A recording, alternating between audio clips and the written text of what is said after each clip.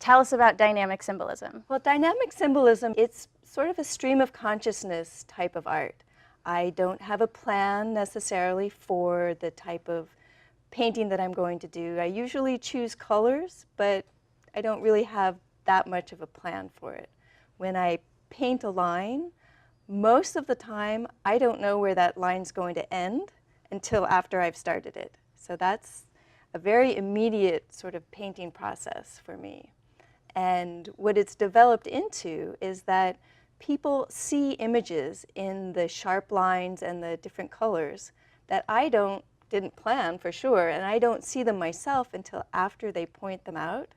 So the painting itself is dynamic, okay, and people's interpretations of it change, and they change how I look at the paintings. You started as a visual artist, as a painter, charcoal, pastels, but now you also are a video artist, so you have kind of taken your art into more of the technology space. So how do you see your art changing as technology advances? With this idea of technology, I have developed an app that will let people tell me what the interaction is, what they see.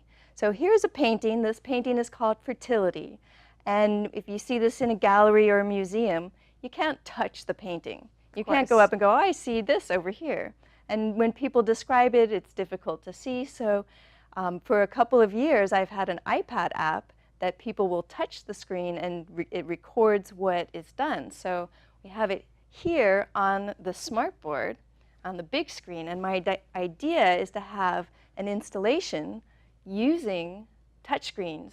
And it's internet-based, so there's a database that stores the images that people record and allows you to see what other people have seen. So I'll show you how it works. I'm going to go down here, and in this area right here, I see a bluebird. So here's the beak, and it highlights the beak, and as you touch it, each piece gets highlighted. So there's the wing that I see, here's the body. There's a nice long tail that goes down. So it's a long bluebird's tail. It's standing on a branch. Cool. And so this is what I see here. And so I'm going to record this. So I touch finish, and it builds it. There it is. And then it says, what do you see? I'm going to type in bluebird. And voila. There it is. And it's recorded now. Now that I've done one, I can see what other people have seen. So here's a tree that someone saw. Wow, and look at that. It's very bright. It's a pear tree. And this is another tree that someone saw with autumn colors. And it really comes out with the black background. Yeah, and this one is so stark with that whole huge painting. It's a grass seed exploding. Just one wisp of grass in that whole huge painting. There's a leaping fish. And this is a mermaid. I certainly didn't see a mermaid there. Oh, it has your bluebird in it, though. It does. That's same area. This time. And the exact same place, a saxophone player saw a saxophone. Oh, yeah. Look at that. This is a pelican flying up. Yep. I really like that one. I see it. So that one was done online, and I didn't even see the person doing it. It showed up one day in the database. Cool. And then this one is a deer head with one antler. And from here, the idea with the app is that I then take what viewers have seen and they participate in the creation of the entire artwork. So it goes from a painting to the interaction online with the touchscreen, and then I create video that people can see that I've responded to their art.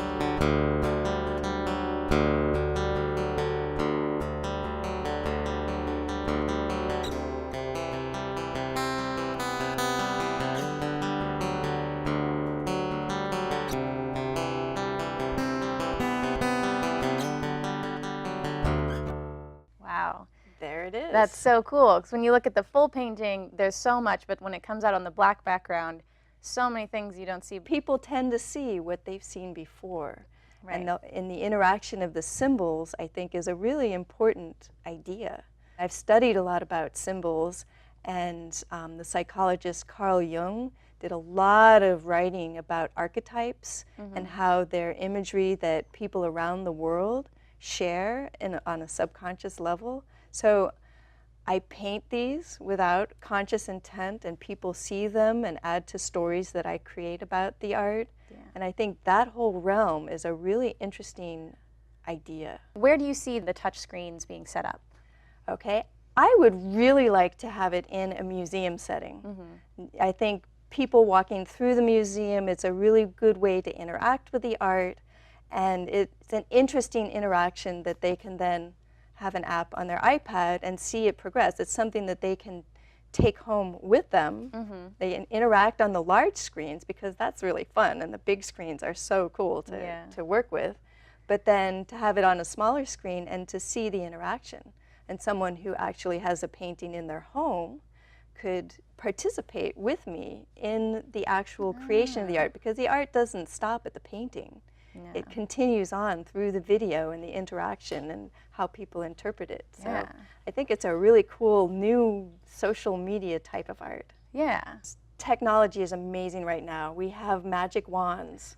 These are our magic wands, Yep. the phone. All and got it in our pockets.